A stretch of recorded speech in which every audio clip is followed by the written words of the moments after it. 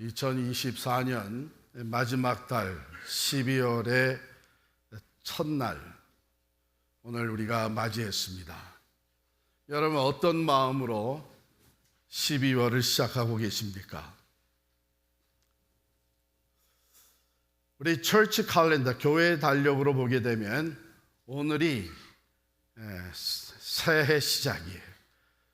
교회 칼렌더는 대강절로부터 시작이 되고 오늘은 대강절 첫째 주일입니다. 그리고 이 대강절은 예수님의 오심을 소망 가운데 기다리는 절기고 곧 이어서 성탄절이 찾아오죠.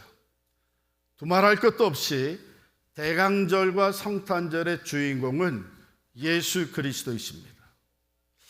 그렇기 때문에 우리가 이 절기를 12월을 지나면서 우리의 관심과 생각이 예수님께 더욱 초점이 맞춰진다면 참으로 의미 있는 대강절과 성탄절을 보내실 수 있게 될 것입니다.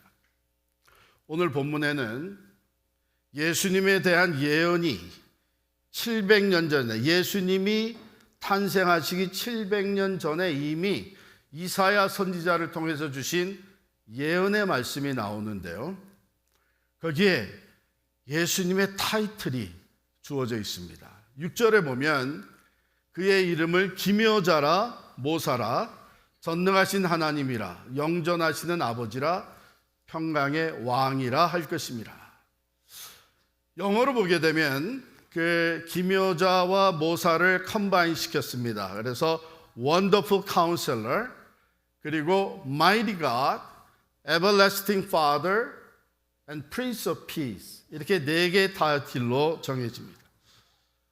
그래서 오늘부터 시작을 해서 이 대강절 동안에 이 예수님의 타이틀을 하나씩 하나씩 우리가 살펴보면서 그게 어떤 의미인지, 그리고 그 타이틀을 가지고 오시는 주님은 우리의 삶에서 어떻게 일하시는지, 이것을 우리가 이해하고 우리의 삶에 잘 적용할 수 있기를 바랍니다. 기묘자 모사, 원더풀 카운셀러. 이 기묘자는 우리가 잘 아는 대로 참으로 기이하고 놀라운 자 또는 경이로운 자, 이런 의미죠. 모사는 advisor, 좋은 자 또는 counselor, 상담자라고 하는 뜻입니다. 그래서 이 둘을 합치면 wonderful counselor, 놀라운 상담자. 이 타이틀은 무엇을 의미하는가? 예수님 우리의 삶에 오셔서 그 고난 가운데 우리에게 필요한 지혜와 인도와 위로를 베푸시는 분이시다 하는 것을 바라보게 해주는 것이죠. 그가 놀라운 상담자가 된다는 것은 무슨 의미인가? 우리가 카운셀러들이 참 많이 있고 아마 상담을 받아보신 여러분들도 많이 계시겠는데, 상담이라는 것은 어떤 상황에 있든지 상담자는 이야기를 들으면서 그 다음에 조언을 해주죠. 그리고 가이드를 해줍니다. 필요한 지혜를 갖게 해줍니다. 그렇게 함으로써 다른 사람들이 그 어려운 상황을 잘 헤쳐나가도록 돕는 사람이 카운셀러, 상담가이죠. 여러분, 우리 성경을 보면 하나님은 상담자이시다 하는 것을 우리가 자주 대하게 됩니다. 가령 고난 가운데 하나님 앞에 부르짖었던 이스라엘 백성들, 이 히브리 백성들을 하나님은 인도해 내십니다. 말씀을 주시고 그 말씀으로 가이드를 하시고 하나님의 지혜를 그들에게 전해 주십니다. 그러므로 말미암아 진리 가운데서 방향을 제대로 찾아서 가나안 땅으로 향할 수 있도록 인도하시는 하나님이십니다. 그런데 오늘 이사야의 예언은 원더풀 카운셀러라 이렇게 얘기함으로 말미암아 세상의 다른 상담자와는 다른 그 유니크한 좋은 자이시고 지혜자인 것을 우리에게 생각하게 해줍니다. 과연 예수님은요, 완전하고 또 컴패셔넷 하트, 동정심이 많고 나아가 변화를 가져다 주시는 상담자이십니다. 그가 왜 원더풀 카운셀러냐? 첫 번째로 예수님이 주시는 지혜. 그래서 세상 지혜와 다릅니다. 디바인 위즈덤입니다.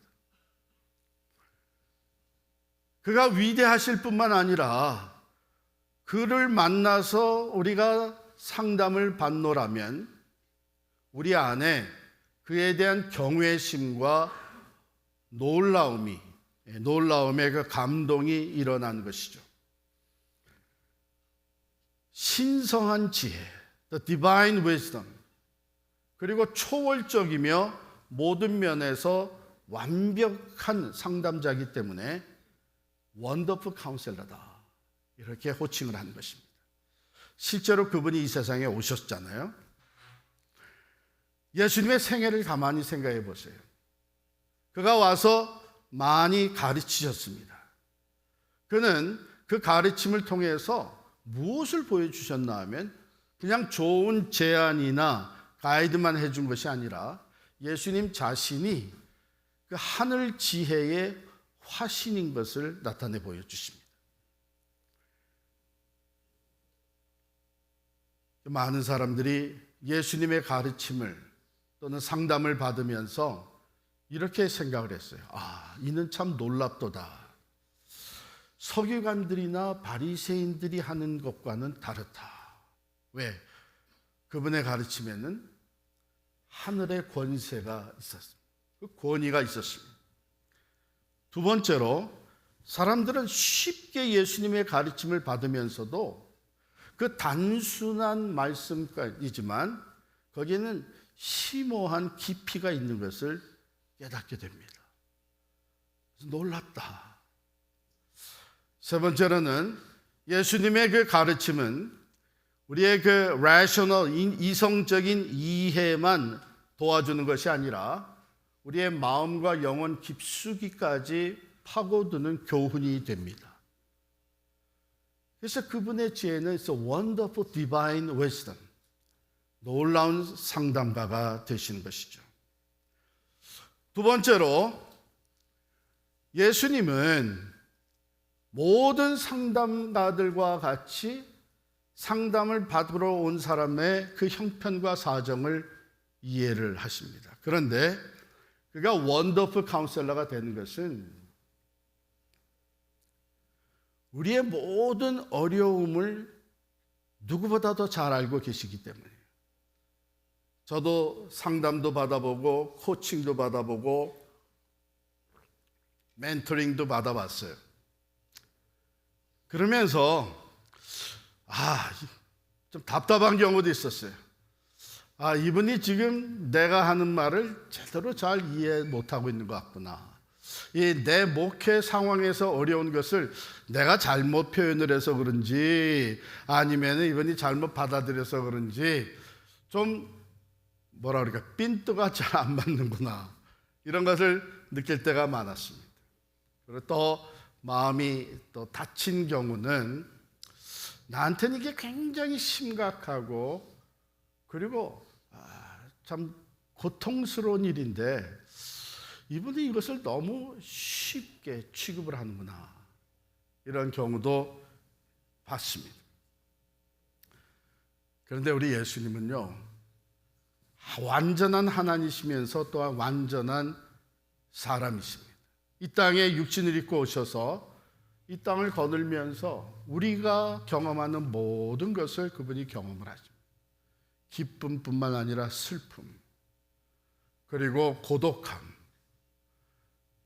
심지어는 사람들에 대해서 거부당하는 일, 유혹과 시험도 경험하시고 가까운 관계에 있는 사람들로부터 배신을 당하고 오히려 선을 베풀었는데 악으로 돌려받는 그 고통도 직면하셨습니다. 그러면서 예수님은 슬퍼하는 사람들과 같이 우셨고 기뻐하는 사람들과 같이 즐거워할 뿐만 아니라 많은 경우 외로움의 무게를 한없이 느끼셨습니다. 고통하는 세상을 바라보면서 세상의 관계, 세상의 질서, 하나님의 그 형상이 파괴되는 것을 누구보다도 뼈저리게 느끼셨던 분이십니다. 그런 예수님은 우리를 상담하실 때에, 우리를 만나 주실 때에 compassionate heart, 불쌍히 여기는 강한 마음을 가지고 우리를 만나 주십니다. 단순한 상담자로서가 아니라 그 고통을 함께 느끼며 나누는 동행자로서 우리를 만나 주신 것이죠. 그래서 히브리서 4장 15절에 보면은 우리에게 있는 대제사장은 우리의 연약함을 동정하지 못하실 리가 아니요 모든 일에 우리와 똑같이 시험을 받으신 이로되 그 다음에 뭐예요? 죄는 없으시니라. 그렇기 때문에 그는 상한 갈대도 꺾지 아니하시고 꺼져가는 심지도 끄지 아니하시는 그 compassionate heart, 불쌍히 여기는 마음을 가지고 우리를 만나 주시기 때문에 세상의 다른 어떤 상담가와는 차별화되는 원더풀 카운셀러가 되시죠.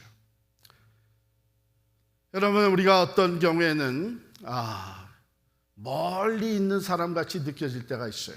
상담을 받으러 갔지만 이 사람과 나는 너무 거리가 멀다. 또는 이 상담하는 분이 이 감정을 공감대를 이루는 것이 별로 도움이 안 된다고 생각해서 그러는지 굉장히 냉랭하게 만나주는 상담자도 많습니다. 사실 또 상담을 배우다 보면 그런 얘기를 해요.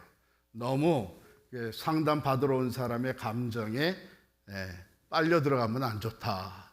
이성적으로 모든 것을 판단하는데 어려움이 있다. 그렇게 얘기를 합니다.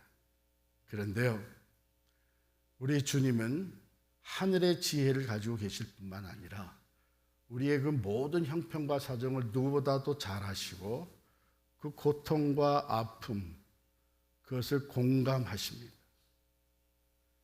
실제로는요, 우리가 그분에게 우리의 상황을 아뢰기도 전에 그분은 이미 다 알고 계십니다.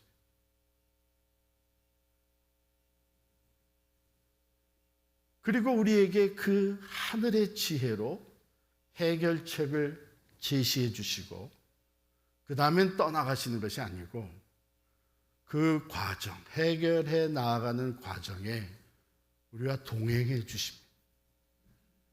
그렇기 때문에 그분은 원더풀 카운셀러예요. 세 번째로 그분이 원더풀 카운셀러가 되시는 것은 그분의 말씀에는 능력이 있습니다. 그 상담을 받은 대로, 그분이 지시한 대로, 그분이 권면하는 말씀대로, 깨닫게 해주신 대로 우리가 순종해 나가게 되면 변화가 일어나는 능력을 경험하게 됩니다. 성경에 그런 예가 얼마나 많습니다. 가령 예를 들어서 세리장이었던 삭개오가 있잖아요. 예수님을 만나고 예수님을 보고 싶어서 키가 작았던 삭개오는 뽕나무 위로 올라갔다. 돌무화과 나무죠. 그로 올라갔다 그랬어요. 근데 예수님이 그의 마음을 헤아리시고 그 나무 밑에 왔을 때에 그 자리에 서서 삭개오를 바라봅니다. 그러고서 뭐라 그래요? 그 이름을 불러요. 삭개오야. 여러분, 우리는 보통 생각할 때 삭개오가 키가 작아서 예수님을 볼 수가 없었기 때문에 나무 위로 올라갔다 그랬는데 사실 그것만은 아니에요. 여러분, 키 작으면 앞에 나가면 되잖아요. 오는 길에 서 있으면 되잖아요. 삭개오는 세리장이었어요. 그것이 무슨 얘기냐면 그 당시에 세리가 죄인 중에 죄인 취급을 받았는데 로마의 권력을 등에 업고 동족의 피를 빨아먹는 일을 했습니다.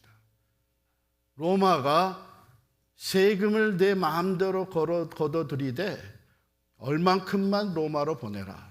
그리고 나머지는 다 자기 것이 되는 거예요. 그래서 세리들은 다 부자가 됐어요. 그런데 그 돈이 다 어디서 왔어요? 그 동족의 피를 빨아먹은 거예요. 그런데 삭개오는 세리장, chief tax collector였습니다. 소문이 퍼지는데 이 나사렛 예수라는 분이 오실 메시아가 아니냐, 이런 권위 있는 가르침과 기적과 표적을 행하는 사람 우리가 그 언제 봤느냐, 이 사람이 메시아다라고 하는 이런 소문이 퍼질 때 삭개오가 얼마나 궁금했겠어요. 모두가 다 기다리고 있는 메시아인데 달려가서 바로 앞에서 보고 싶지만 주저할 수밖에 없었죠. 왜? 자기는 죄인 중에 죄인 취급을 받는 세리장이었어요. 그래서 삭개오는 키가 작은 사람으로서 자기는 예수를 볼 수 있지만 예수님은 자기를 보지 못하도록 나무 위에 올라가서 숨어서 예수님을 내려다보기를 원했습니다. 그런데 예수님이 그 나무 밑에 오셔서 멈춰 서신 거예요. 멈춰 섰을 때 얼마나 마음이 두근거리기 시작을 했을까요? 뿐만 아니라 지켜 올려다 보시는 거예요. 몸을 더 움츠렸겠죠? 그런데 그 다음에 뭐예요? 삭개오야! 그 이름을 부르면서 내려오라는 거예요. 저는 그때 삭개오가 떨어지지 않는 게 다행이다. 이렇게 만납니다. 예수님이 뭐라 그래요? 내가 오늘 네 집에 유하여 하겠다. 그 옆에서 수근거리는 소리. 어떻게 너희 선생은 이 죄인과 세리들과 같이 앉아서 먹느냐? 어떻게 세리장의 집에 들어가서 유할 수 있느냐? 그걸 다 마다하시고 들어가서 사랑의 교제를 나눕니다. 왜? 삭개오의 형편과 사정, 그 마음의 심정 누구보다도 다 파악하고 계셨어요.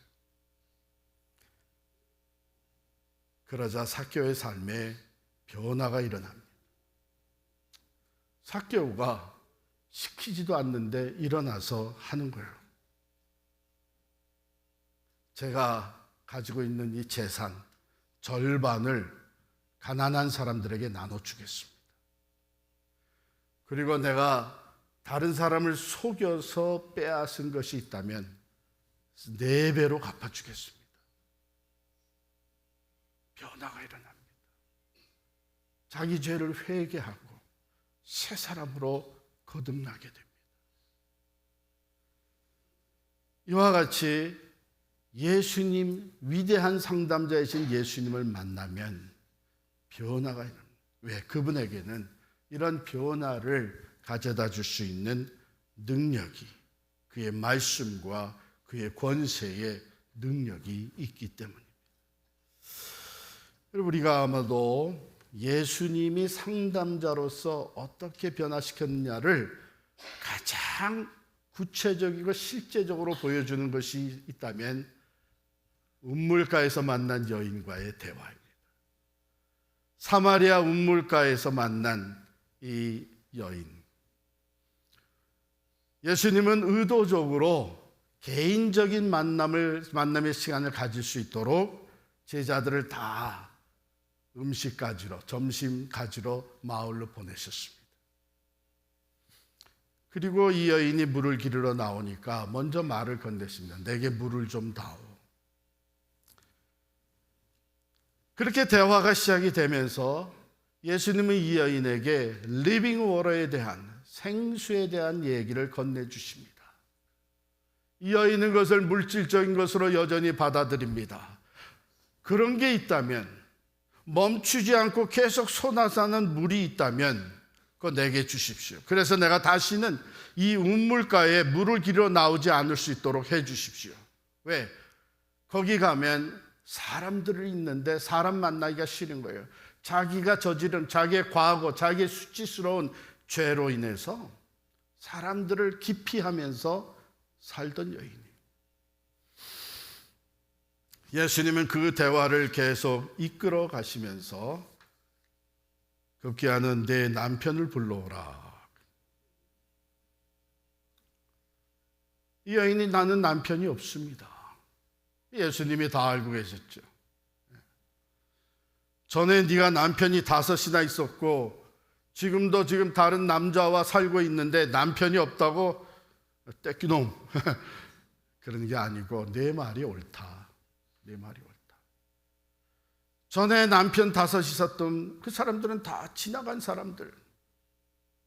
그러니 남자는 더 이상 남편이라 할 수 없는 사람들이고 지금 함께 살고 있는 남자는 남편이라고 정식으로 얘기할 수 없는 관계니 남편이 없다 하는 내 말이 옳도다. 여기서 이 여인은 뒤집어지기 시작을 합니다. 내가 보니까 당신은 선지자입니다. 마음이 열리는 거예요. 그 다음에 질문을 합니다. 그렇다면 어디서 예배를 드려야 됩니까? 우리 조상들은 이 그리심산에서 예배를 드려야 된다고 하고 당신 유대인들은 예루살렘에서 제사를 드려야 된다는데 이거 왜 물어봐요? 당신이 내가 어떤 죄인인 줄을 다 알고 있는데 숨길 수가 없습니다. 그렇다면 내가 이 죄 문제를 어떻게 해결해야 할까요? 어디 가서 속죄 제사를 드림으로 말미암아 내가 하나님 앞에 용서받을 수 있습니까? 그리심산입니까? 예루살렘입니까? 그때 예수님은 놀라운 진리를 말씀하십니다. 여기서도 말고 예루살렘에서도 말고 하나님께 참으로 예배하는 자 찾으신다. 그때가 올 것인데 그때에는 영과 진리로 예배드리는 것이다. 장소가 중요한 것이 아니라 내 마음이 중요하다. 그때 이 여인이 그렇겠죠. 메시아가 오시면 다 우리가 알게 되겠죠. 유대인도 사마리아 사람들도 메시아를 기다리고 있었습니다. 그랬더니 그 시점에 예수님이 자기 자신을 나타내 보여주십니다. 내가 바로 그로라. 이 여인은 예수 그리스도가 메시아인 것을 확신하면서 물길로 가져왔던 물동이는 내팽개치고 마을로 뛰어들어갑니다. 자기가 기피하면서 살던 마을 사람들 한가운데 뛰어가서 소리를 칩니다. 와보라, 와보라. 지금까지 내가 행한 모든 것을 내게 고한 이 사람이 그리스도가 아니겠느냐. 놀라운 변화죠. 여러분 가만 생각해 보세요. 이 여인과의 상담적인 대화는 물이라고 하는 마실 물질적인 것에서 시작이 됐습니다. 이 여인은 그날에 필요한 물이 필요해서 물 기르러 나왔습니다. 그런데 예수님은 그 상담을 통해 진정으로 필요한 것이 무엇인지를 솔직히 고백하고 깨닫게 해줍니다. 윤리적인 문제를 다루시더니 그 다음엔 예배에 대한 영적인 문제를 다뤄주십니다.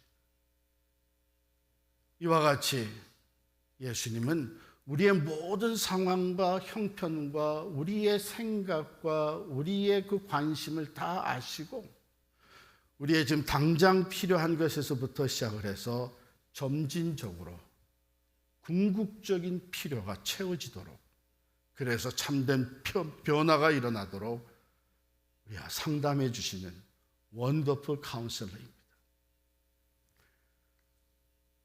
그 상담의 궁극적인 결과는 뭡니까? 예수님은 우리를 참된 평화로 이끌어 가십니다. 그가 하시는 말씀, 그 하늘의 지혜와 또 그와 함께 상담하면서 변화된 모습을 통해 한 영혼이, 한 사람이 참된 평안으로 들어갈 수 있도록 이끌어 주시는 것입니다. 왜냐하면 예수 그리스도 그분은 참 평화의 근원이시기 때문입니다.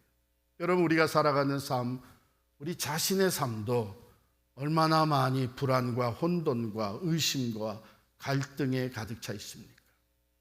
그런데 예수님과 상담하게 되면 우리는 평안을 얻게 됩니다.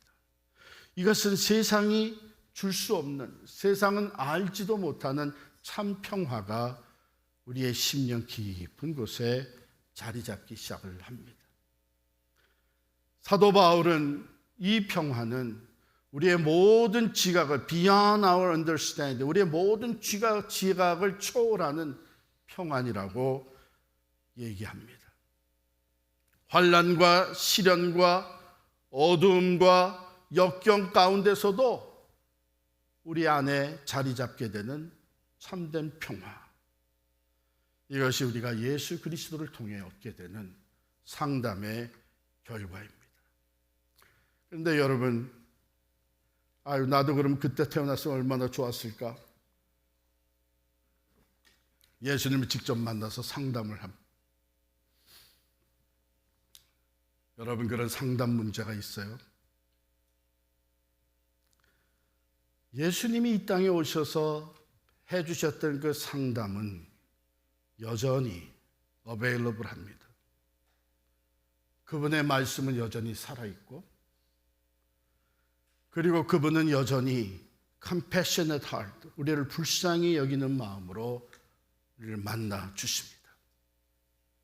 우리에게 기도할 수 있는 특권을 주셨기 때문에 우리는 얼마든지 그분과 대화할 수 있는 길이 열려져 있고, 뿐만 아니라 그 말씀과 기도로 하나님께, 상담자 되시는 주님께 나아갈 때에 그의 영이, 우리가 예수를 믿을 때 우리 안에 선물로 받은 성령이 역사하십니다. 상담을 통해 참된 길을 깨닫게 되듯이 그 성령께서 말씀과 기도를 통해 우리의 나아갈 길을 깨닫게 해주십니다. 우리에게 필요한 지혜를 허락하십니다. 뿐만 아니라 우리가 그 말씀과 지혜를 따라서 담대하게 나아갈 수 있는 능력을 우리에게 부여해 주십니다.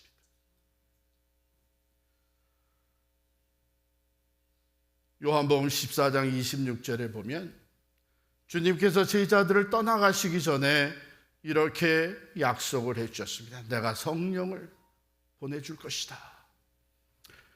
보혜사 성령, 곧 아버지께서 내 이름으로 보내실 성령, 그가 너희에게 모든 것을 가르치고 내가 너희에게 말한 모든 것을 생각나게 하리라. 할렐루야. 그렇습니다. 이 엄청난 상담, 놀라운 원더풀 카운슬러 되시는 예수 그리스도와의 만남을 통해 우리에게 허락되는 상담은 right now, 지금 열려 있습니다. available 합니다.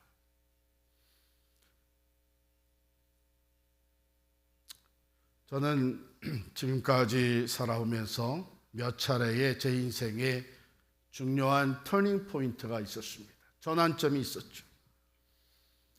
그 중에 하나는 지금부터 한 40여 년 전에 회사 생활을 하다가 하나님이 나를 목사로 부르시는 것이 아니냐 하는 이런 생각이 내 안에서 싹 트기 시작했을 때였습니다. 콜링에 대한 문제죠. 여러분, 이게 헷갈리기 시작을 하는 거예요. 이게 진짜 하나님의 부르심이냐 아니면은 내 자신의 야망이냐.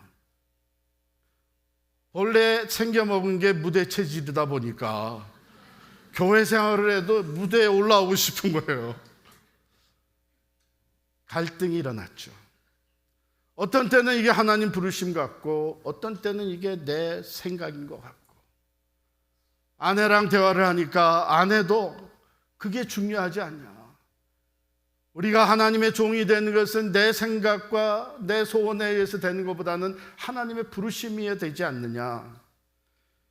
갈등하기 시작을 했고 이것을 놓고 기도하기 시작을 했습니다. 한 3년 동안을 갈등하며 씨름을 했는데 그 3년이 그냥 지나간 게 아니고 조금씩 점진적으로 하나님이 내 생각을, 또 내 아내의 생각을, 그 상황을 바라보는 것을, 지금까지 내가 살아온 인생 여정을 돌아보는 것을 조금씩 바꾸어 주시더니 나중에는 이게 하나님의 부르심이다 하는 확신을 갖게 해주셨습니다. 그런데 그 다음에 퀘스천은 then when? 언제 가냐? 좀 모든 것이 다 내가 원하는 것을 다 이루고 가면 좋지 않겠나? 저도 솔직히 소위 말하는 아메리칸 드림을 가지고 엔지니어링 라이프를 시작을 했기 때문이죠. 그런데 마음은 지금 당장 결단을 해야 될 것 같이 그 소명의식이 점점 강해지는 거예요. 그와 동시에 불안과 걱정이 계속 올라오는 거예요. 두 사람이 같이 부부가 일하면서 집은 하나 턱 사놨겠다. 애는 둘이나 지금 태어났겠다. 이제 내가 직장을 그만두게 되면 이 경제적인 문제는 어떻게 돼? 아이들 양육은 누가 해주고? 이런 그 걱정들이 막 올라오는 거예요. 그걸 또 하나님께, 주님께 가지고 나간 것이, 이건 어떻게 하면 좋습니까? 언제가 내가 결단하고 나가는 것이 하나님의 뜻입니까? 이렇게 점진적으로 계속 말씀과 기도 가운데 상담을, 주님과의 대화를 나누는 동안에 결국은 하나님께서 마음의 평화를 주셨어요. 이사야서 41장 10절의 말씀을 생각나게 하시더니 그 말씀을 통해 마음의 평화가 왔습니다. 두려워 말라. 내가 너와 함께 합니다. 놀라지 말라. 나는 내 하나님이 됨이니라. 내가 너를 굳세게 하리라. 내가 참으로 너를 도와주리라. 내가 나의 의로운 오른손으로 너를 붙들리라. 하나님의 지혜와 하나님의 말씀이 제 안에 들어오면서 아멘으로 받아들이는 그 순간 모든 걱정과 불안은 사라지기 시작을 하면서 마음에 참 평화가 왔습니다. 믿음의 결단을 할 수 있었습니다. 지금 돌아보면 그때 내가 결단하지 않냐고 제일 시간을 끌었다면 어쩌면 아직까지도 회사에서 일하면서 이제 회사에서의 은퇴를 준비하고 있겠구나, 이런 생각을 해요. 그것도 나쁜 것은 아니겠지만, 그런데 제가 하나님의 소명을 발견할 수 있었다는 것, 그리고 그것을 따라서 결단할 수 있었다는 것, 이거는 내가 누구보다도 믿음이 좋아서가 아니고 상담 기간이 있었던 것이죠. 말씀과 기도로 주님과 대화하면서 점진적으로 내 생각과 안목과 미래에 대한 계획을 하나님 중심으로 바꿔가게 하시는 그런 가운데 이런 터닝 포인트가 이루어졌던 것입니다. 사랑하는 성도 여러분, 지금 여러분은 위대한 상담자이신 예수 그리스도와 만나 무엇에 대한 상담을 받기를 원합니까? 자녀 문제입니까? 부부 문제입니까? 경제적인 문제입니까? 아니면 건강의 문제입니까? 또는 이웃과의 관계 문제입니까? 아니면 내 남은 삶을 어떻게 살아야 될까? 어떤 문제든지 좋습니다. 우리 주님은 모든 것을 다 해결해 주실 수 있는 원더풀 카운셀러이십니다. 뿐만 아니라 주님은요, 우리를 초청하고 있습니다. 수고하고 무거운 짐진 자들아 다 내게로 오라. 내가 너희를 쉬게 하리라. 나는 마음이 온유하고 겸손하니 내 멍에를 메고 내게 배우라. 그리하면 너희가 쉼을 얻으리라. 주님께 가지고 가시기 바랍니다. 하루아침에 기적과 같은 변화를 기대하지 마시고, 여러분 상담받으러 다니면 한 번 상담해서 끝나는 게 아니죠. 그런데 의사들이나 상담자들을 제가 만나서 얘기해 보면 한 두세 번 와서 이제 상담하고 나서는 이상하게 한국 사람들은 자기가 다 전문가가 돼버린대요. 이젠 더 이상 안 가도 돼. 아유 뭐 그거 가지고 해결될 건 아닌 것 같아. 뭐 이러면서. 그런데요, 저는 제 라이프에 그런 터닝 포인트가 생기는 기간이 한 3년이 걸렸습니다.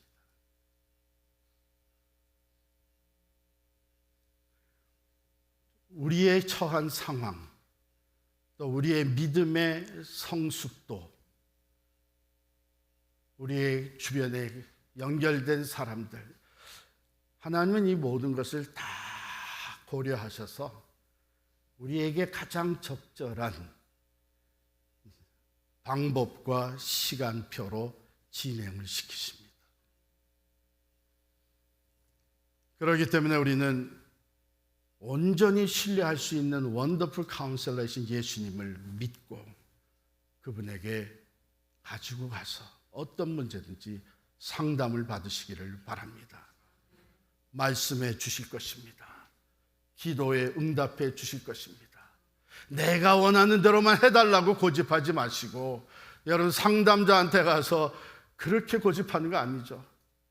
내 있는 상황, 내 모습을 진솔하게 그대로 다 내려놓고 기도하시기를 바랍니다. 말씀과 기도 가운데 성령께서 역사하시고, 성령께서는 필요한 말씀이 생각나게 하시고 깨닫게 하여 주시고 기도에 응답 받게 하여 주시고, 그리고 우리에게 필요한 변화를 일으켜 주실 줄을 믿습니다.